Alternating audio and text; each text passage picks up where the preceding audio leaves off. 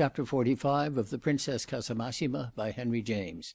This recording is in the public domain. "And Madame Grandoni, then?" asked Hyacinth, reluctant to turn away. He felt pretty sure he should never knock at that door again, and the desire was strong in him to see once more, for the last time, the ancient troubled suivante of the Princess, whom he had always liked. She had seemed to him ever to be in the slightly ridiculous position of a confidante of tragedy, in whom the heroine should have ceased to confide. "È andata via, caro signorino," said Assunta, smiling at him as he stood there holding the door open.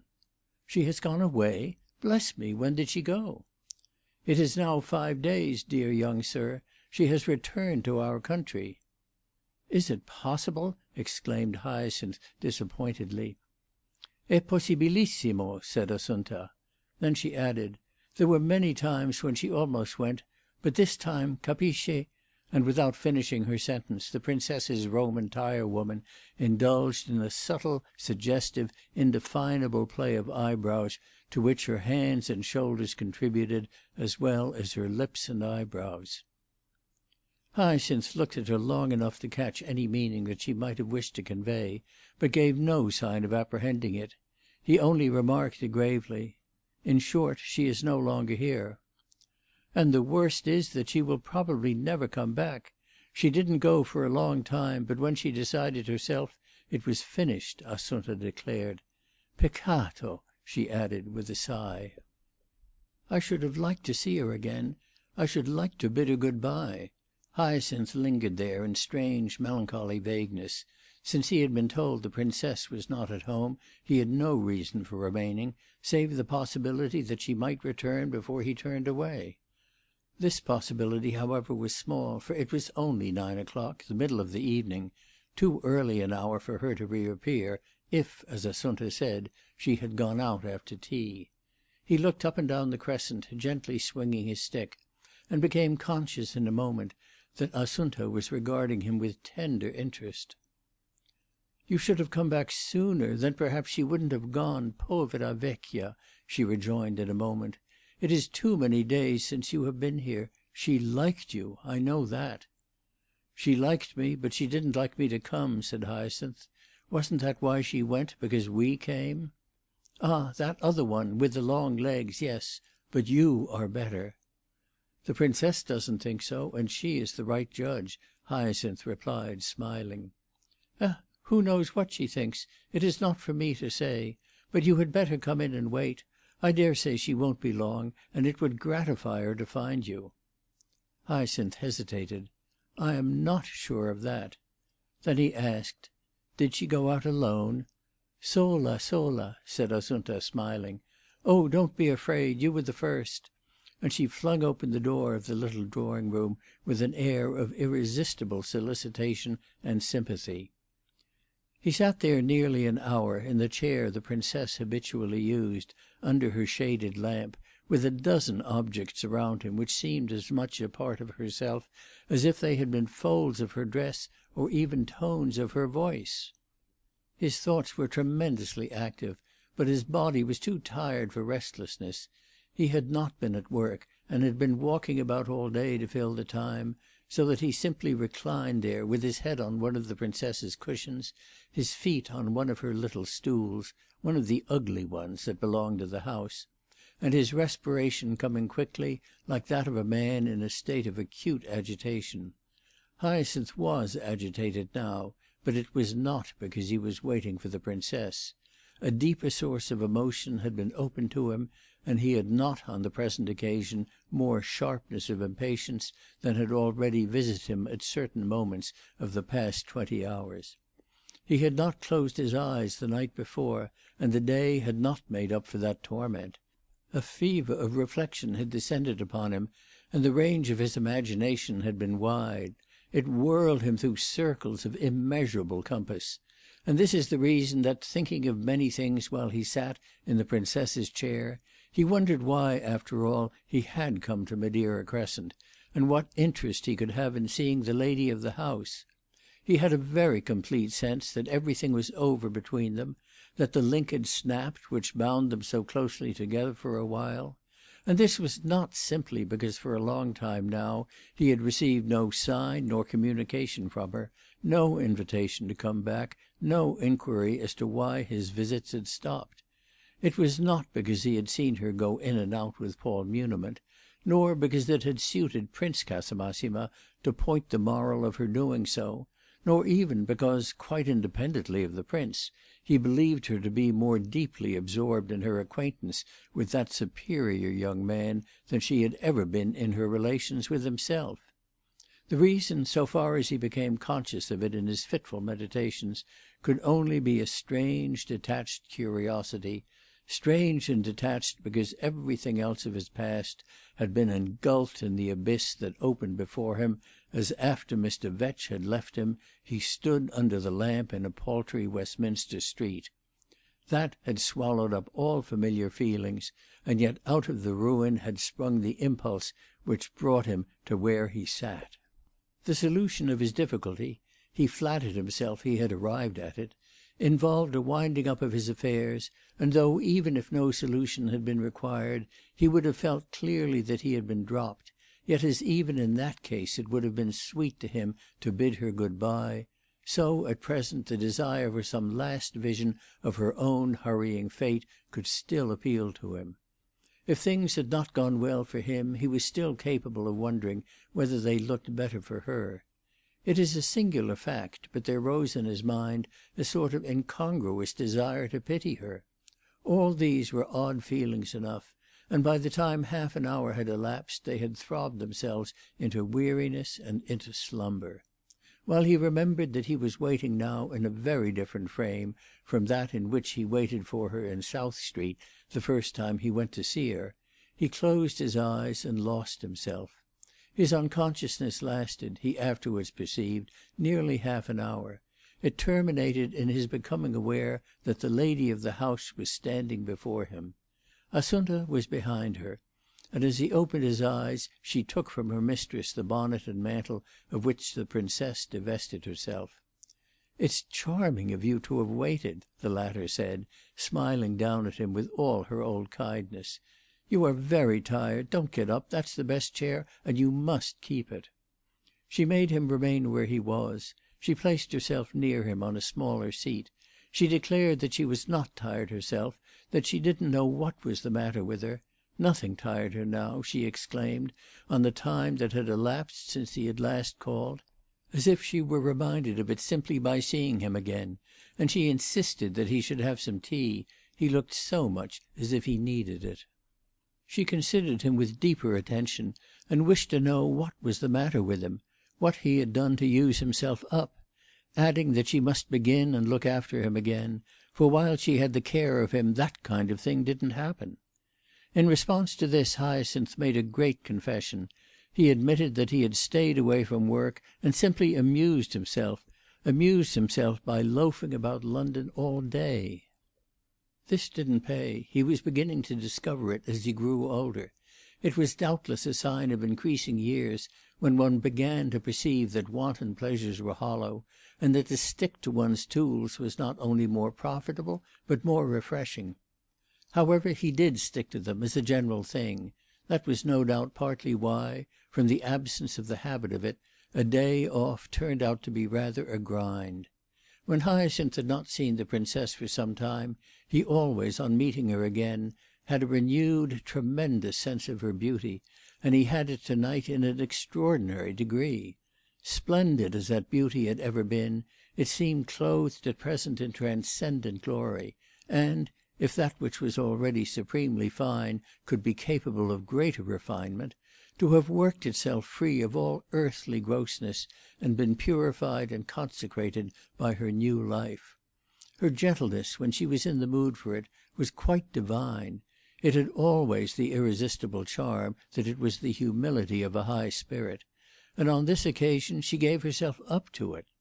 Whether it was because he had the consciousness of resting his eyes upon her for the last time, or because she wished to be particularly pleasant to him in order to make up for having, amid other preoccupations, rather dropped him of late, it was probable the effect was a product of both causes. At all events, the sight of her loveliness seemed none the less a privilege than it had done the night he went into her box at the play, and her presence lifted the weight from his soul. He suffered himself to be coddled, and absently, even if radiantly, smiled at, and his state of mind was such that it could produce no alteration of his pain to see that on the Princess's part these were inexpensive gifts. She had sent Assunta to bring them tea, and when the tray arrived she gave him cup after cup with every restorative demonstration.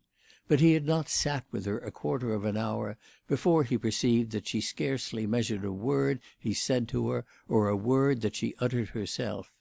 If she had the best intention of being nice to him by way of compensation, this compensation was for a wrong that was far from vividly present to her mind. 2 points became perfectly clear. One was that she was thinking of something very different from her present, her past, or her future relations with Hyacinth Robinson. The other was that he was superseded indeed.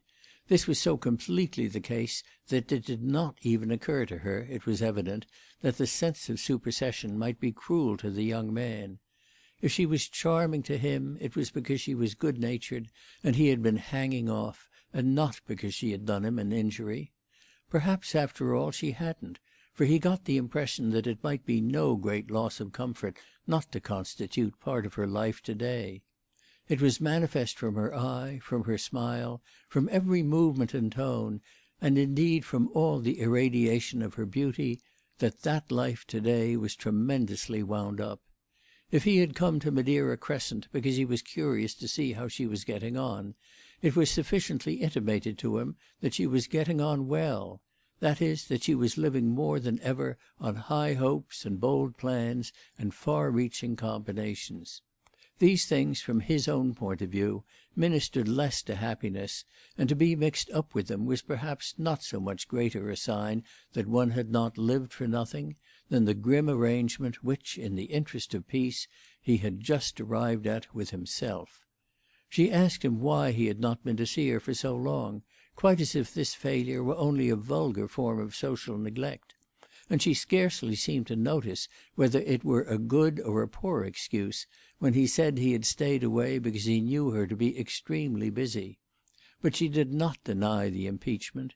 She admitted that she had been busier than ever in her life before.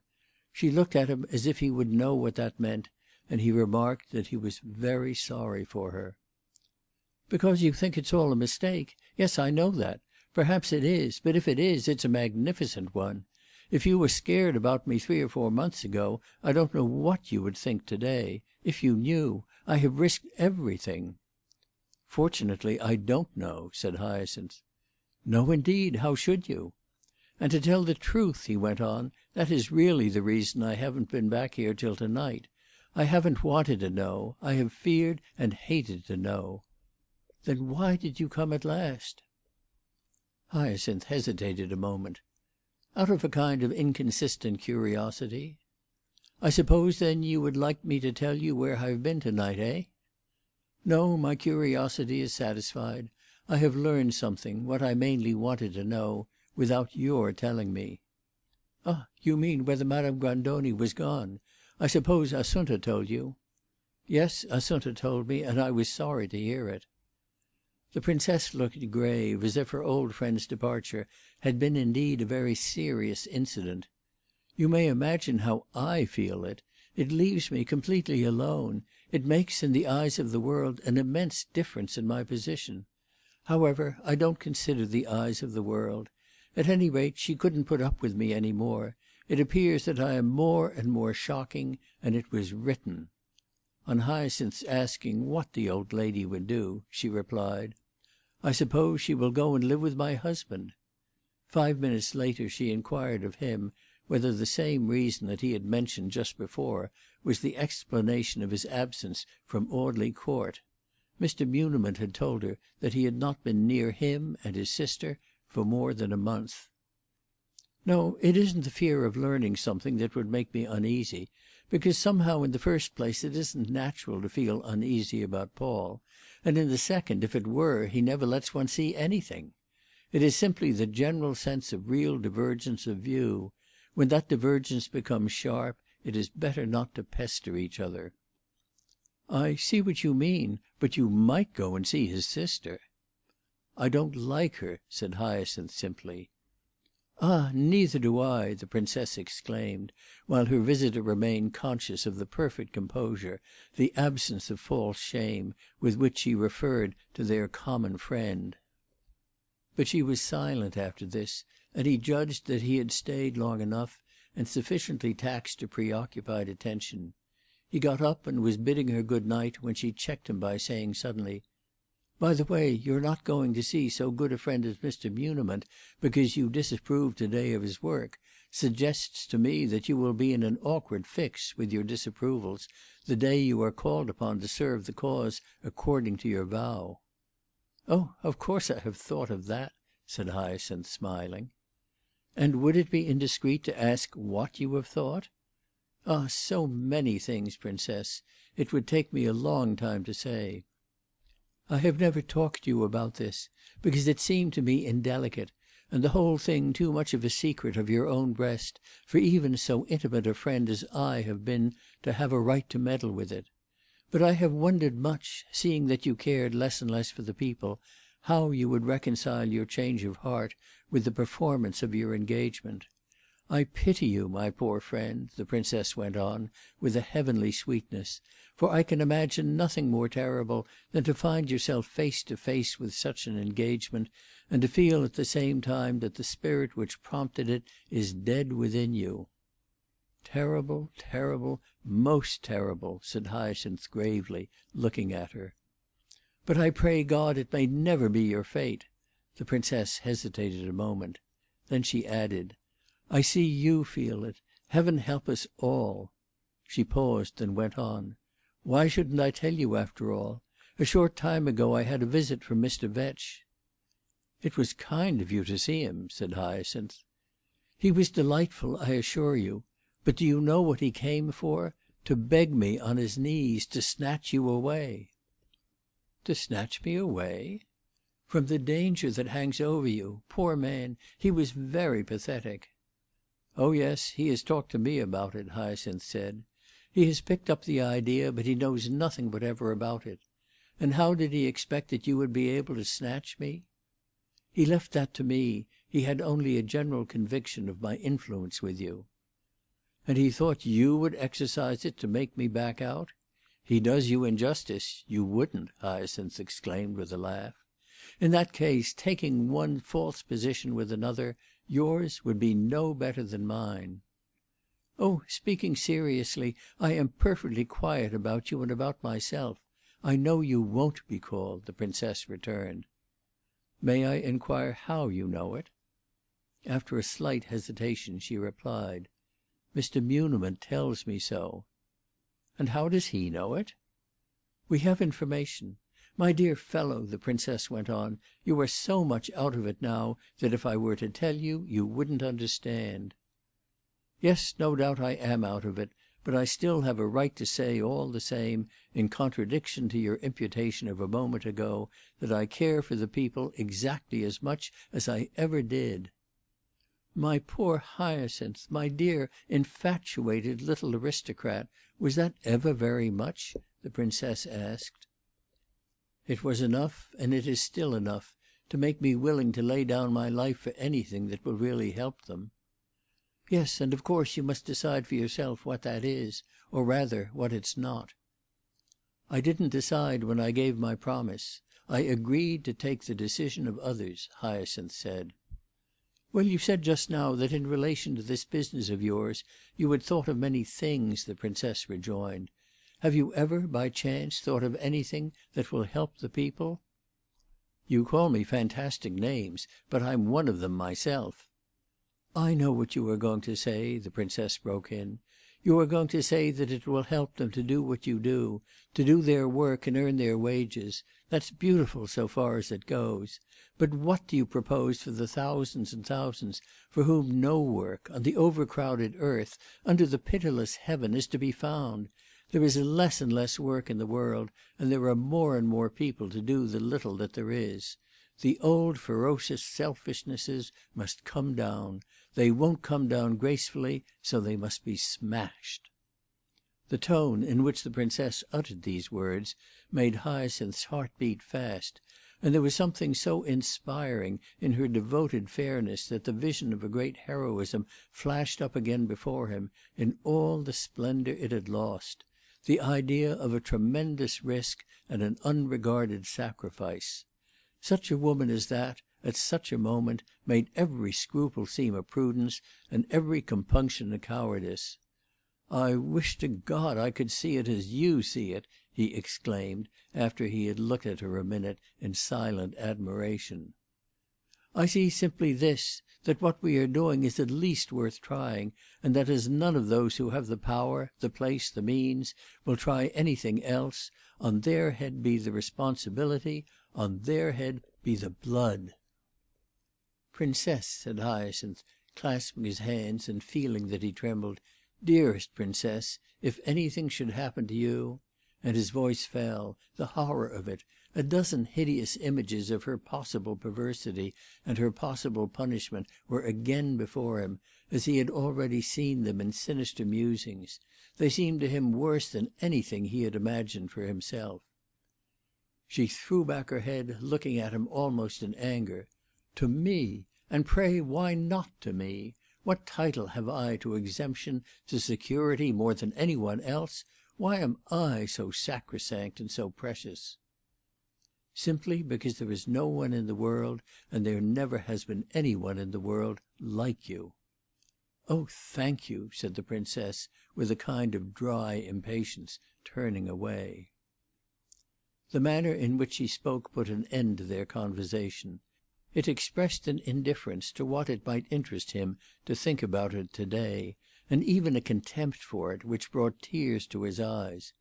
His tears, however, were concealed by the fact that he bent his head over her hand, which he had taken to kiss, after which he left the room without looking at her.